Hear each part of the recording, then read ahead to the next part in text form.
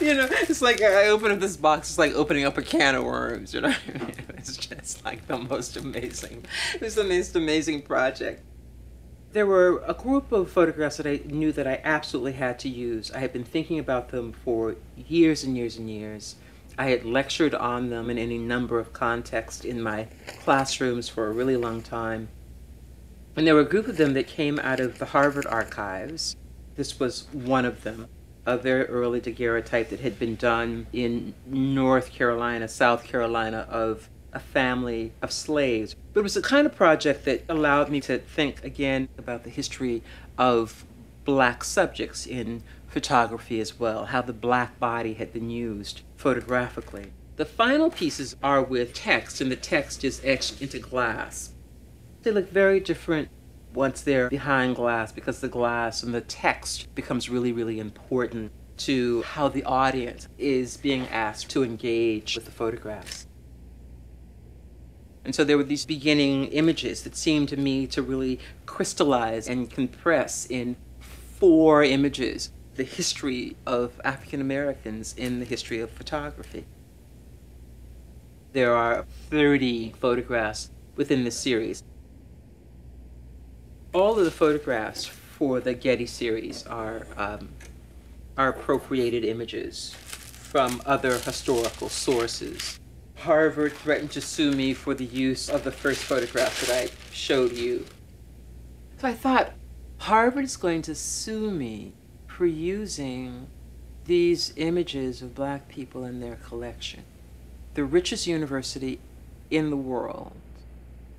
I think that I don't have really a legal case, but maybe I have a moral case that could be made that might be really useful to carry out in public. And so after worrying about it and thinking about it, I called them up and I said, I think actually your suing me would be a really good thing. You should. And we should have this conversation in court.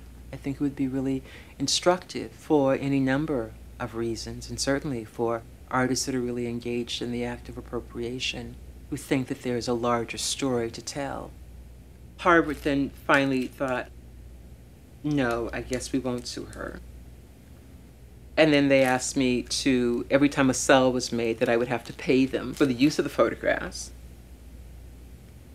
And then they bought the photographs for their collection.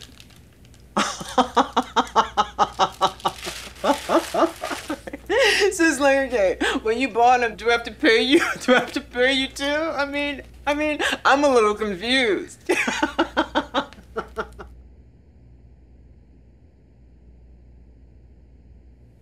I come from this big, wonderful, crazy family of, I don't know, 300 or so of us. So I started thinking about this relationship of me to my family and how to sort of tease that out. It was important for me because I really needed to understand something about the nature of my own being and my own voice and really where I come from. My father was a really great storyteller, and narrative and storytelling was in the blood. I just came from a family reunion. My Aunt Nellie, who's sort of the chronicler of our family, put together this really beautiful scrapbook. And I love this photograph. I grew up with this picture. This is sort of like the anchor, the bedrock of my family. This is my beautiful mother and all of her sisters, and I'm crazy about them all. This is a photograph of my grandfather. My grandfather was Jewish and Native American, and he married my grandmother, who was this black woman, and they had 11 children together. Papa was this sort of amazing guy who, because he basically passed for white, was able to employ his entire family in Portland, Oregon. And there were times when he would take Ozzie, my grandmother, with him for a job, and they would fire him because they realized that he was married to a black woman. Or sometimes when my grandfather had all of the kids in the car, white people would pass by and say, "What are you doing with all them niggas in your car?" They were just sort of extraordinary people. And what they put in motion is still there. And my mother and her sisters have carried on that amazing tradition. I moved away from home when I was 16. I went to my father and said, Dad, I think I'm ready to move out on my own. He said, you think that you could like move out and pay your rent and buy your food and all that by yourself and not come back home like every other day for food or rent or a safe haven?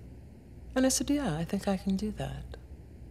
And he said, well, if you think you can do that, then go do that. If you think that you need to come back home after you've tried it, you're always, of course, welcome to come back home. But if you think you can take care of yourself, then go take care of yourself.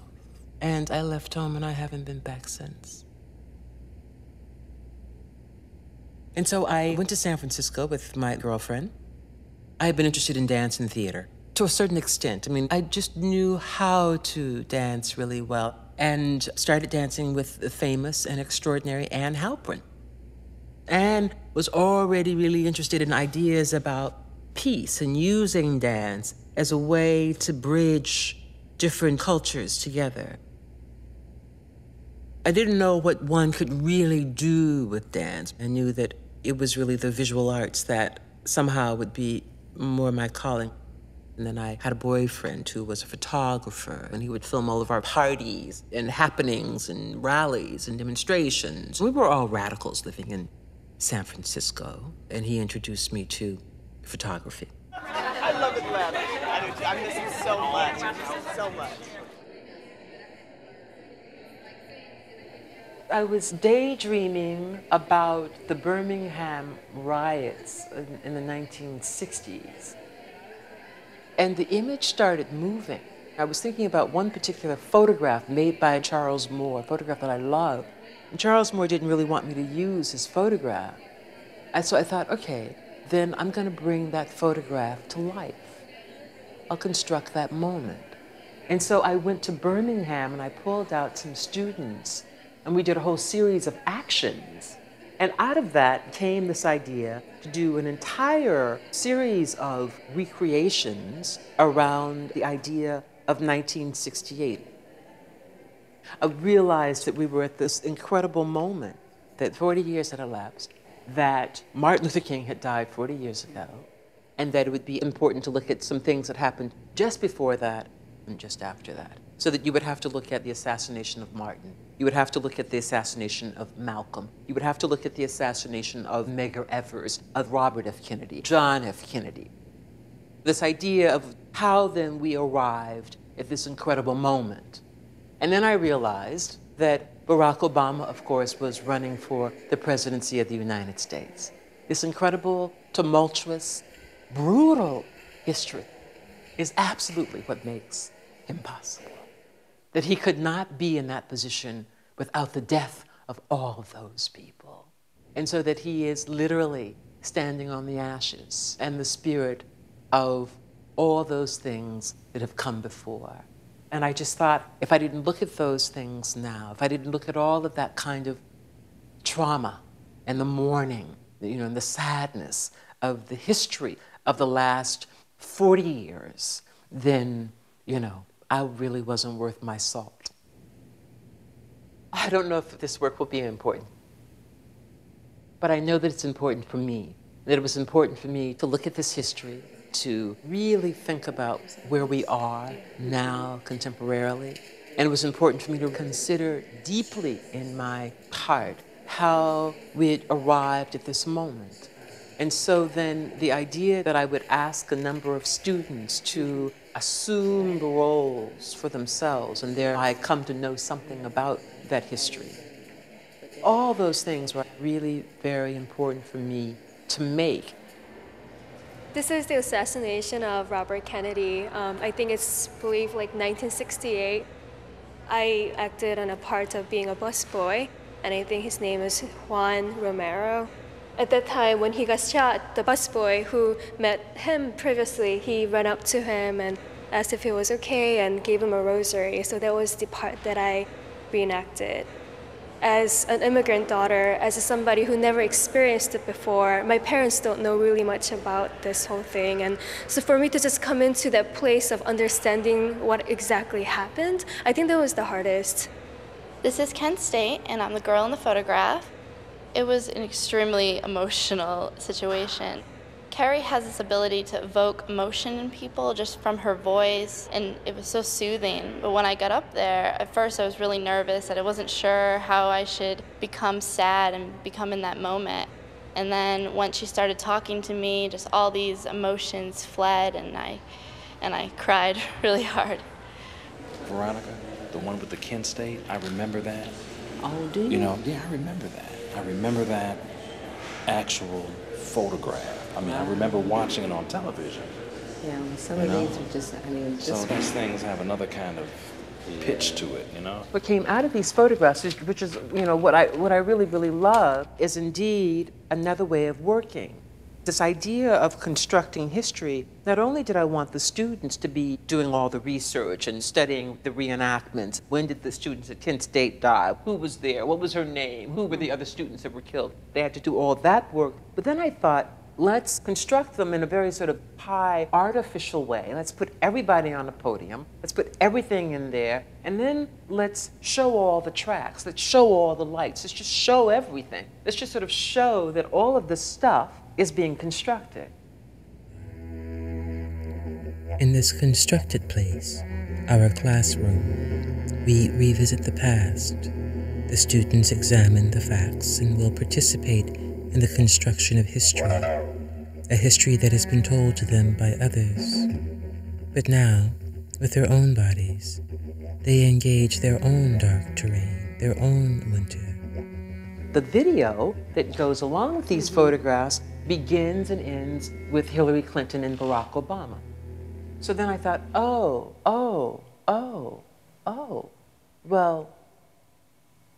that's part two, isn't it? That's part two. So that's what we're actually doing today. Okay, ladies, let's go. Very much in sort of a similar style. John McCain, Barack Obama, Sarah Palin as a beauty queen. So you are Miss Alaska. I've got all these little bombshells coming to sort of dress up in high heels and fishnets, and I'll all walk around. And now I think that Obama is indeed the President of the United States. For me, it gives the work just that much more credibility, right? You know, that it has actually a success at the end of it. Each of you in turn, you're going to like come walking towards the camera.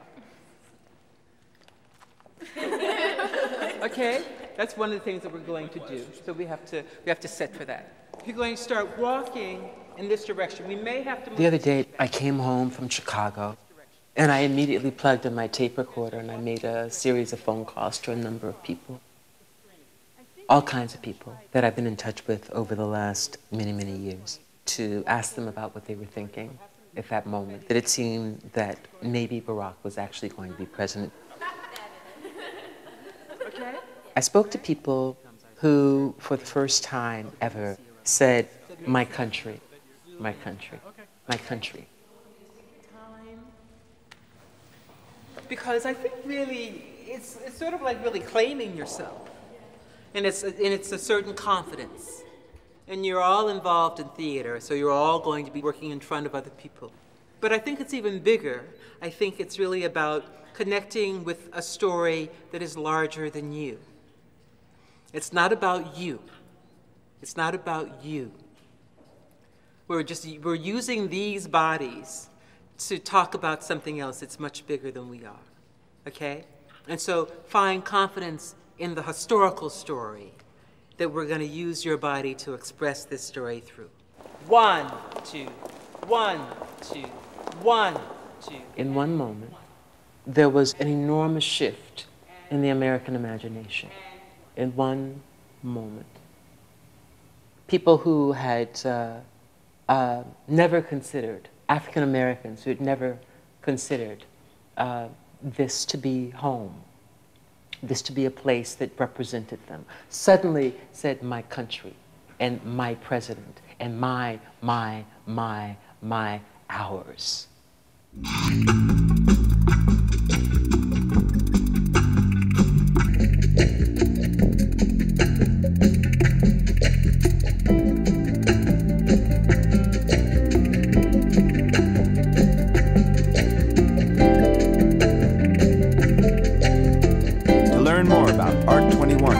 Art in the 21st century and its educational resources, please visit us online at pbs.org. Art 21, Art in the 21st Century, is available on Blu-ray and DVD. The companion book is also available. To order, visit us online at shoppbs.org or call PBS Home Video at 1-800-PLAY-PBS.